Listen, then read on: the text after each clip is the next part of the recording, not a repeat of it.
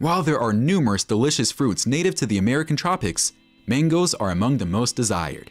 The United States is one of the world's leading mango producers. However, it is far from the only country to cultivate the fruit. The tropical mango is a species that originated in India and South Asia. Mangoes belong to the drupe family, along with coconuts, apricots, and cherries. Mangoes are a versatile and tasty fruit.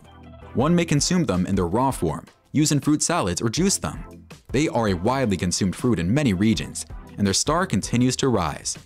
Mangoes can also provide a wide variety of health advantages.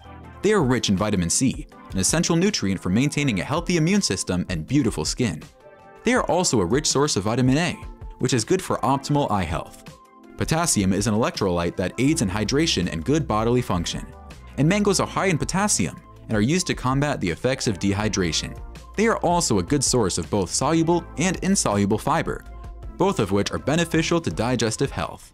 Mangoes are farmed in Florida, Hawaii, California, and Texas. And the mango business in the United States is worth an estimated $100 million. Both the weather and the soil in these states are ideal for growing this magnificent fruit. In the United States, Tommy Atkins accounts for a lion's share of the mango crop. It wasn't until the early 1900s that this particular mango variety made its way to the United States from its native India. Tommy Atkins mangoes are distinguished by their reddish-yellow exterior and juicy, firm flesh. American farmers are known to cultivate and harvest hundreds of tons of mangoes each year. All this is possible due to modern farming techniques and modern technologies. Speaking of which, what are the newest techniques and technologies used for mango farming? How are these new techniques and technologies used to increase mango production in the US? The modern cultivation of mangoes has advanced to the point that they can now be grown in temperate zones. One example of this cutting-edge technology is the use of light-emitting diodes, or LED bulbs, to illuminate the plants and heated soil to keep the roots warm. Thanks to this, now mangoes can be grown in climates where it was previously impossible to do so. Farmers are also benefiting from the new technique in terms of increased mango production per tree. More fruit is being processed as a result of the tree's increased growth rate. In the past 10 years, irrigation control technology has also made a substantial contribution to mango crop management. The use of radio telemetry and smart sensing precision technologies, such as soil moisture sensor and bore level monitoring devices, has enabled the automation of irrigation, leading to greater efficiency by the decrease of inputs such as fertilizers, fuel, and labor. As a result, mango farming has become both more efficient and cost-effective, which is crucial in light of rising food prices and scarcity of available workers. Next tech used in farming these delicacies is handheld near-infrared spectroscopy, or NIRS. The mango fruit dry matter content may be established in a non-destructive manner using NIRS. As we know that all starch transforms to sugar, thus measuring the dry matter level of fruit can give us an idea of how sweet it will be after it is matured. Amazing, right? This method has been validated as a reliable indicator of both harvest readiness and food safety. Speaking of the fruit itself, the time needed for a plant to mature from blossom to ripe fruit is influenced by the surrounding environment's temperature. That's where the heating unit comes in.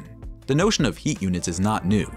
In the 1990s, Ian Ditzbalis introduced them to the Australian mango industry, now used by other countries. The technique's potential was severely constrained by the fact that it relied on a temperature record from a remote BOM station or a single sensor on the farm, where temperatures might fluctuate across blocks due to geographic factors. The availability of field sensors equipped with data recorders, however, introduced the additional burden of downloading and uploading data for the farm manager. But now, long-range radio sensors with a low field capability have been commercially accessible in recent years. When a user inputs the date of blooming, the app uses 10 years worth of historical data, plus the current season's temperature data from a nearby long-range radio sensor to provide an estimated harvest date. Mango plantations throughout the states are also progressively using the cutting-edge technique of ultra-high-density planting, or UHDP, to maximize crop yield. The most important advancement in mango farming, when combined with other environmentally friendly farming practices, UHDP can increase crop production by as much as 200% compared to the standard approach. This maximizes output per acre and makes the most efficient use of available resources. While keeping the fruit's natural flavor and color, this method also guarantees that the mango will be delivered to your table in pristine condition. Exports also rise as a result of the output and boost. Increased profitability for farmers is a big step in meeting their economic needs and ensuring their well-being. UHDP has changed the world of mango cultivation by drastically increasing yields and enhancing the plant's ability to withstand extreme temperatures. Mango orchards with UHDP reach their peak productivity in around 3 to 4 years. This is in stark contrast to the standard farming practice of waiting 7 to 8 years. Mango grafts of commercial kinds need to be planted closely together for the ultra-high-density plantation method to work well. Instead of the standard 60 trees per acre, over 700 are planted on each acre. The UHDP approach increases yield per acre while concurrently decreasing water use. The result is the most efficient use of the available means. In ultra-high-density orchards, irrigation is especially important after pruning and during fruiting. Drip irrigation is a very efficient method of water conservation. Mango orchards flourish when high-density planting is combined with cutting-edge techniques in pruning, fertigation, and watering. These new modern farming techniques and technologies in the United States allow for the annual harvest of hundreds of tons of mango. The evolution of agricultural equipment has resulted in greater productivity and less labor intensity. Every year, American farmers can bring in massive quantities of tasty mangoes because of modern technology. As a result of its wide distribution, this fresh fruit has become a national favorite. Harvesting mangoes is also one of the procedures that must be carefully planned and executed. Mangoes are commonly harvested in the United States during April and June. That's when most mangoes are picked, since that is when the fruit is at its peak flavor and texture. Ripe mangoes are handpicked as the first step in the harvesting process.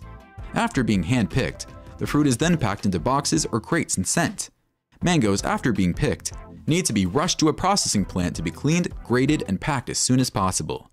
After all, you don't want the fruit to lose its taste. Mangoes can be processed into a wide variety of foods, including juices, jams, jellies, and even ice cream. So next time when you eat a mango, think about all the other ways this incredible fruit has found its way into your life. Farmers in the United States use a wide variety of techniques to grow and harvest hundreds of tons of mangoes each year. These procedures have been improved over many decades and are continuing to go through constant improvements. The end product is a fruit that is enjoyed all over the world, not just because of its delicious flavor, but also because of the important nutrients it has.